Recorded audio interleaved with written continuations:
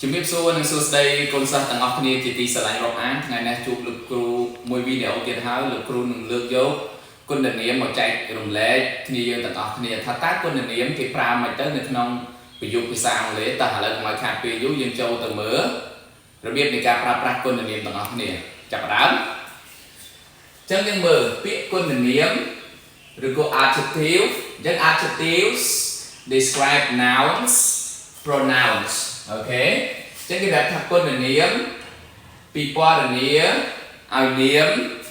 ហើយនឹងស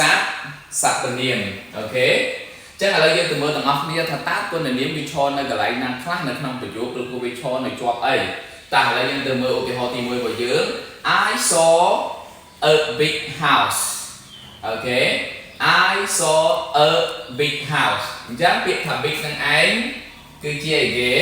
គឺជាគុណនាមដែលវា describe វាពិពណ៌នាឲ្យ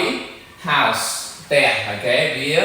និយាយពិពណ៌នាអំពីផ្ទះថាផ្ទះហ្នឹងមានទំហំប៉ុន្មានមានទំហំប៉ុណ្ណាអូខេតែឥឡូវយើងទៅចំណុចទី2របស់យើង he bought an expensive bicycle តើណែ he bought an expensive bicycle អញ្ចឹងពាក្យថា expensive នេះ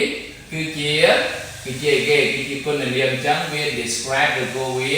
ពិពណ៌នាឲ្យពាក្យថា bicycle bicycle គឺកង់តែឥឡូវយើងទៅចំណុចទី3 they are good student អូខេ they are good student អញ្ចឹងពាក្យថា good នេះឯងគឺជាគុណនាមដែលវា describe អំពី students គឺវាពិពណ៌នាឲ្យពាក្យថាសិស្សនឹងមានអត្តចរិតមិនមានលក្ខណៈមិនអីមិនហ្នឹងគឺជាគុណនាមអូខេអញ្ចឹងថ្ងៃនេះលោកគ្រូលើកយក2ចំណុចដែលជាទូទៅគឺគុណនាមដែលវាឈរអញ្ចឹងទី1គឺគុណនាម are usually before noun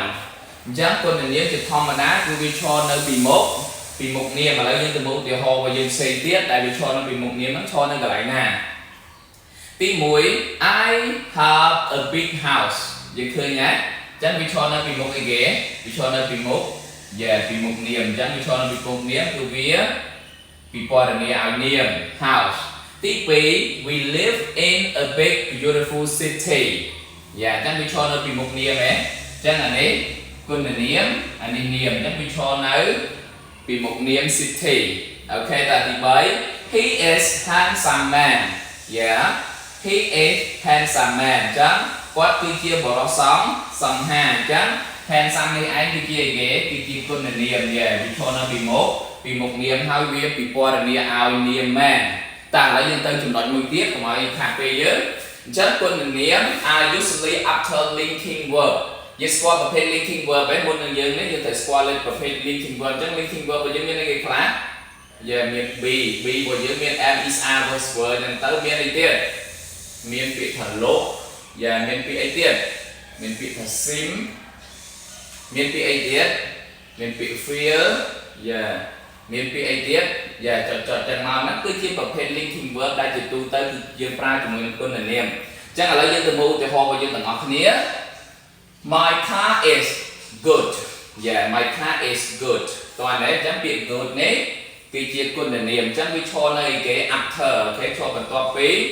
linking verb is អូខេ is ទី2 they feel អញ្ចឹង feel នេះគឺជា linking verb ដែរអញ្ចឹង happy នេះជាគុណនាម he looks sad sorry he looks sad តោះណាអញ្ចឹងពាក្យថា is feel look ទាំងអស់ហ្នឹងគឺជា linking verb ដែលវាឈរបន្ទាប់អញ្ចឹងពពួក